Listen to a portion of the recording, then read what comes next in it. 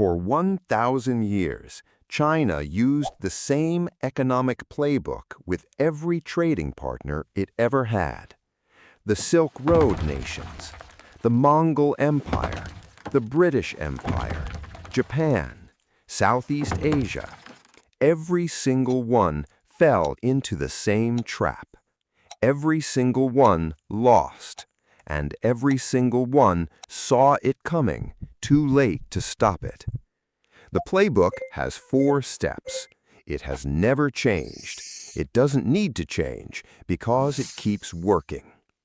In 1972, Richard Nixon flew to Beijing, shook hands with Mao Zedong, and America entered the same playbook, with both eyes open.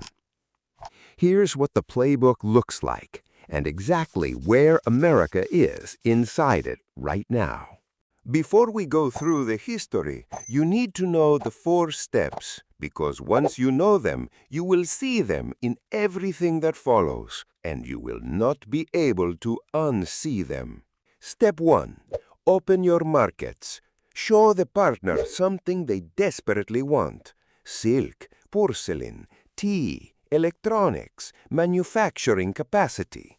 Make the access feel like generosity. Step 2. Create dependency. Gradually make the partner's economy reliant on Chinese goods, Chinese manufacturing, or Chinese financing. The dependency feels like efficiency. It's cheaper, it's faster, it works better than making it yourself. Step 3. Restrict reciprocal access. Once the dependency is established, quietly close Chinese markets to the partner, subsidize domestic industries, block foreign competition. The partner can't sell into China as easily as China sells into the partner. Step 4. Leverage the dependency. When the partner objects, the dependency is the weapon. Disrupt supply, raise prices, cut access. The partner has forgotten how to make what China makes. They have no choice but to negotiate from weakness. 4 steps, same order, every time, for 1,000 years. Now, let's watch it happen. The Silk Road is one of the most romanticized trade networks in history. Merchants crossing deserts and mountains, camels loaded with exotic goods, cultures meeting and exchanging. Here's what the romance obscures. The Silk Road was not an equal exchange. It was a Chinese export system disguised as mutual trade. Step 1. China showed the world silk, the most desired luxury fabric on earth. Roman emperors paid fortunes for it. Central Asian rulers traded silver for it. The demand was insatiable. Step 2. China maintained a total monopoly on silk production for over 1,000 years. The secret of the silkworm was a state secret, punishable by death to export.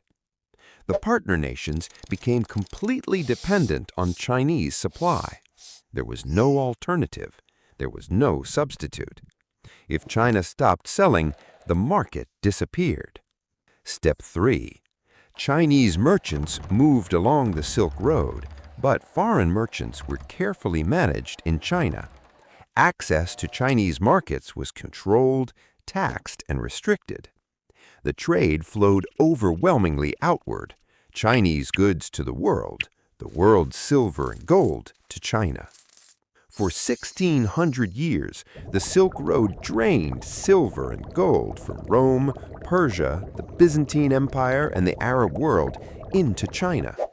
Historians estimate that China absorbed the majority of the world's silver supply during this period. The Silk Road nations thought they were trading partners. They were customers. There's a difference. By the 1700s, Britain was the most powerful empire on earth. And Britain had a problem. The British had become addicted to tea. Chinese tea. There was no substitute. Indian tea cultivation hadn't been developed yet. The entire British Empire ran on a substance that only China produced. Steps 1 and 2 were already complete. China had the product, Britain had the dependency, and China accepted only one form of payment: silver. Britain was bleeding silver into China at an alarming rate. The trade deficit was enormous and growing. The British East India Company, the most powerful commercial organization in the world, was losing money every year on the China trade. Step 3 confirmed. When Britain tried to sell manufactured goods into China, the Emperor Qianlong in 1793 sent a letter to King George III in one of the most extraordinary documents in trade history. He wrote, "Our celestial empire possesses all things in prolific abundance and lacks no product within its own borders. There is therefore no need to import the manufactures of outside barbarians." China didn't want British goods. China wanted British silver, and Britain was running out of it. What happened next is one of the darkest chapters in trade history. Britain found a product China would accept: opium, grown in British India. The opium trade reversed the silver flow. China became dependent on a British product, and when China tried to stop it, Britain fought 2 wars to keep the trade open. The Opium Wars. Britain went to war to maintain a drug trade because the alternative was losing the economic leverage China had built over a century of tea dependency. Step 4, leverage, had been turned against China for once, but only through an act so morally catastrophic that it haunts the relationship to this day. China calls the period from the Opium Wars to 1949 the century of humiliation. They have not forgotten it, and they have spent 75 years making sure it can never happen again. Japan's story is the most modern version of the playbook and the most instructive. In the 1980s, Japan was the economic miracle of the 20th century, the second largest economy on Earth, world-leading manufacturing, technology exports that dominated global markets. China was poor. China was developing. China offered something Japan couldn't resist: cheap labor, massive scale, and a billion potential consumers who would eventually want Japanese products. Step 1. Japan moved manufacturing to China. It made economic sense. Labor costs dropped by 80%, profits surged. Japanese companies built factories, transferred technology, trained Chinese workers. Step 2. Within 20 years, Japan's manufacturing base had shifted so dramatically that key industrial supply chains ran through China. Electronics components, automotive parts, rare earth materials that Japan needed for its most advanced products. China controlled 97% of global production. Step 3. Chinese companies learned from Japanese technology transfers and then competed against the companies that had taught them. Japan's market share in electronics, solar panels, and advanced manufacturing eroded year by year. Step 4 arrived in 2010. A territorial dispute over the Senkaku Islands. China didn't fire a single shot. It didn't need to. China cut off Japan's rare earth exports. Japan's advanced manufacturing, the hybrid cars, the electronics, the precision equipment that defined Japanese industry required rare earth materials that only China supplied. The cut lasted 2 months. Japan backed down. The dependency was the weapon. Step 4, exactly as designed. February 21st, 1972, Richard Nixon landed in Beijing, the most anti-communist president in American history, shaking hands with Mao Zedong, the most consequential diplomatic moment of the Cold War. The logic was sound: 1 billion Chinese consumers, a manufacturing partner that could produce at costs impossible in America, a strategic counterweight to the Soviet Union. It was also step one of a playbook China had been running for 1,000 years. Step 1, 1972 to 2001. China opened access. American companies flooded in. Cheap goods, cheap manufacturing. American consumers loved it. Inflation stayed low, corporate profits surged. China joined the WTO in 2001, the formal beginning of full integration. Step 2, 2001 to 2015. The dependency built quietly. American manufacturing shifted to China. Electronics, pharmaceuticals, steel, rare earths. By 2020, America produced less than 10% of the semiconductors it consumed. 90% of antibiotics used in America were manufactured in China or with Chinese ingredients. The supply chains that ran American life ran through China. Step 3, ongoing. American companies trying to sell into China faced a different market than Chinese companies faced in America.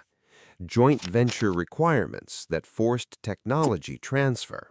State subsidies that made Chinese competitors artificially cheap. Regulations that blocked foreign access while Chinese companies sold freely in America. The trade ran overwhelmingly in one direction. Step 4, beginning. COVID-19 revealed Step 2 completely. America couldn't produce its own PPE, couldn't produce enough ventilators, couldn't source the pharmaceutical ingredients it needed because the supply chains ran through China. The dependency was not theoretical, it was visible in hospital wards. The tariff wars of 2025 are Step 4 beginning. America finally pushing back against the dependency it built over 50 years and discovering, as Japan did in 2010, that the leverage is real. By the end of 2025, China's Belt and Road Initiative reached a cumulative $1.39 trillion in engagement, equivalent to a top 20 economy, now running through 150 countries. China has spent 50 years building alternative customers for everything America might stop buying. America is trying to exit a dependency it spent 50 years building, while China has spent those same 50 years preparing for exactly this moment. Emperor Qianlong wrote to King George III in 1793, 2 centuries before China had a single factory that could compete with British industry. He wrote, "Our celestial empire possesses all things in prolific abundance. There is therefore no need to import the manufactures of outside barbarians." It reads like arrogance. It reads like delusion. It was a strategy. 230 years later, China possesses all things in prolific abundance: semiconductors, rare earths, pharmaceuticals, solar panels, electric vehicles, steel, the manufacturing capacity of most of the world's essential goods. Qianlong wasn't describing 1793, he was describing 2026. The playbook took 1,000 years to perfect. America had 50 years to read it. The question isn't whether the playbook was available. It was written in the history books that every American president's advisors were supposed to read. Next week, we look at the one nation that has dealt with Chinese economic strategy longer than anyone else, that has been surrounded, pressured, and economically isolated, and built the highest concentration of technology companies per capita on Earth in response. Taiwan, and what America can learn from 70 years of surviving Chinese playbook at point-blank range. If you want to be there for that one, you already know what to do.